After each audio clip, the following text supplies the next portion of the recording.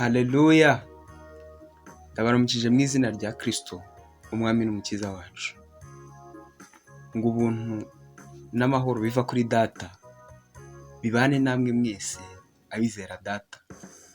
Amen. Rero ndagira ngo uyu munsi tuganire ku ijambo ry'Imana ritubwira ku mpano y'ubuntu. Impano y'ubuntu. Free gift. Impano y'ubuntu. Twakwibaza mbese impano y'ubuntu ni impano imeze ite? Kuki se ariyo mpano y'ubuntu? Izindi mpano se si iz'ubuntu? Cyane ko tuzi yuko impano ni ikintu gihabwa umuntu atarategereje kukibona cyangwa atagikoreye. Impano ihabwa umuntu atari uko yakoze nk'ibihembo. Si uko aba yakoze ngo ahabwe impano nk'igihembo. Ni impano nyine ayihabwa kuko atarayikwiriye. Ayihabwa kuko wowe wumvise ushaka kumuha impano urayimuha, atari uko yakoze ikintu runaka, atari uko yagize gute, ahubwo ni impano nyine cyakuvuyemo, uravuga uti reka muhereze impano. Ukibaza mbese kubera iki izo mpano zose ari impano hanyuma akaba ari n'impano y'ubuntu? Izo mpano zose se ni iz'ubuntu? Icyo tugiye kujya kuganiraho. Reka dusome ijambo ry'Imana mu Baroma igice cya 6. Abaroma igice cya 6 duhere ku murongo wa 23. Haratubwira ngo kuko ibihembo by'ibyaha ari urupfu. Kuko ibihembo by'ibyaha ari urupfu, ariko impano y'Imana ni ubugingo buhoraho muri Yesu KRISTO umwami wacu. Kuko ibihembo by'ibyaha ari urupfu, ariko impano y'Imana ni ubugingo buhoraho muri KRISTO Yesu umwami wacu. Yego. Ibihembo by'ibyaha, not impano y'ibyaha. Ibihembo. Umuntu wakoze icyaha agomba guhembwa urupfu. Uwakoze icyaha ahembwa urupfu. Utakoze icyaha abona impano y'Imana ari bwo bugingo buhoraho. Impano y'Imana ari bwo bugingo buhoraho kuko atari umunyabyaha. Utakoze icyaha niwe uhabwa iyo mpano y'ubugingo buhoraho. Impano y'Imana y'ubuntu ni ubugingo buhoraho muri KRISTO Yesu umwami wacu. Mu gihe ibihembo by'ibyaha ari urupfu, niba ukoze icyaha you deserve to die, ukwiriye gupfa. Ariko impano y'Imana ni ubugingo buhoraho muri KRISTO. Rero Imana yaduhaye impano y'ubuntu by'ubugingo buhoraho. Ibyo ngibyo dusanga ijambo ry'Imana ritubwira kuko byari umugambi w'Imana. Tujya muri Yohana ibice 10.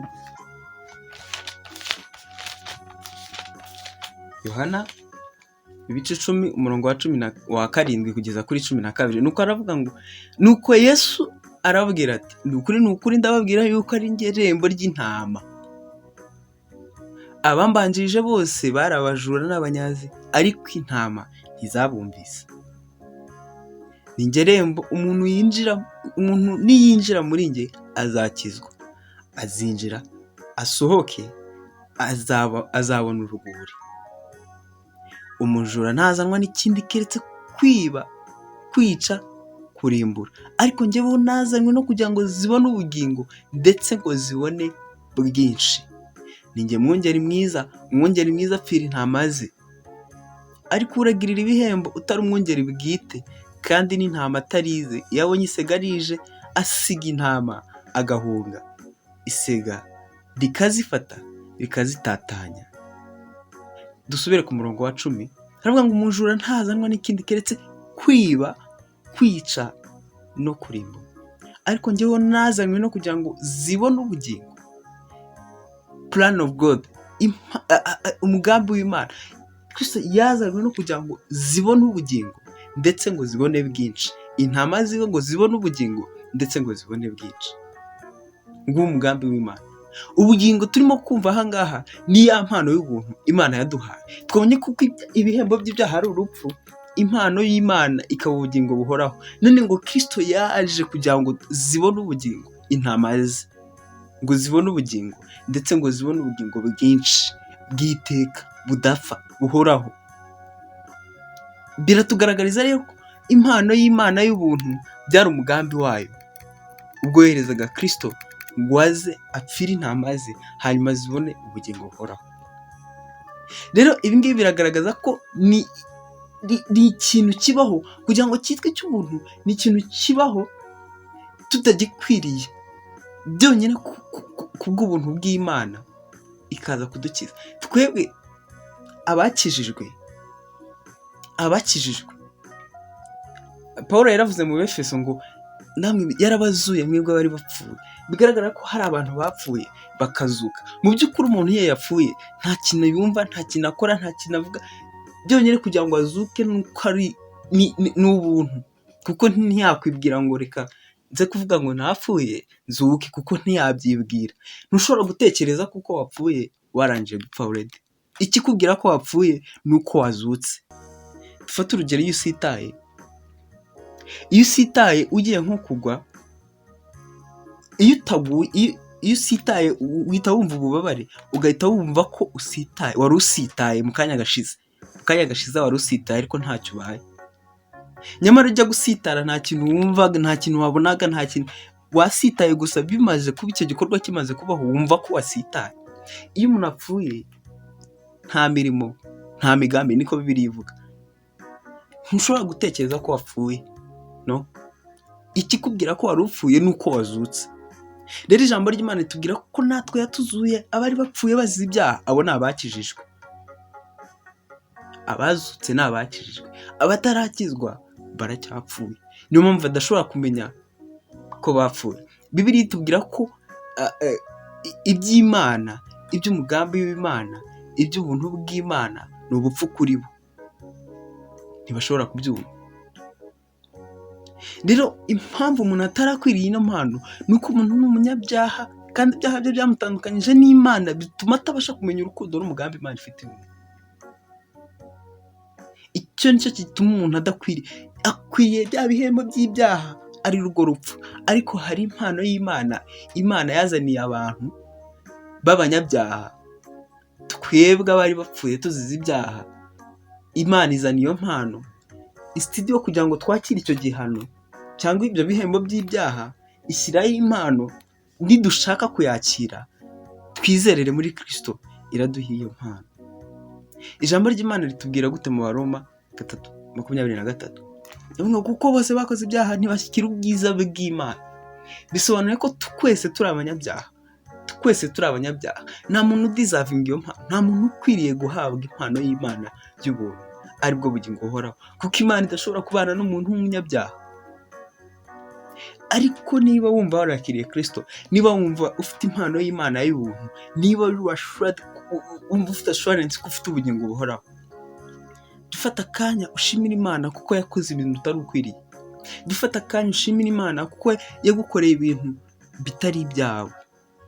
Imana yaguhaye impano mu cyimbo cyo kuguha igihembo cy'umunyabyaha, ari rwo rupfu, iguha ubugingo buhoraho. Gifata umwanya uyakire, wongere utekereze kuri iyo mpano, bituma uhora mu buzima bwo gushima Imana, nibwo n'ubusabane bwawe n'Imana buzahora bwiyongera. Ariko nanone niba utarizera KRISTO, niba wumva udafite impano y'ubuntu, ikikubwira ko ufite impano y'ubuntu, ikikubwira ko wizeye KRISTO, nuko ufite assurance, nuko ufite icyizere cy'uko ufite ubugingo buhoraho, niba ntacyo nturamwakira.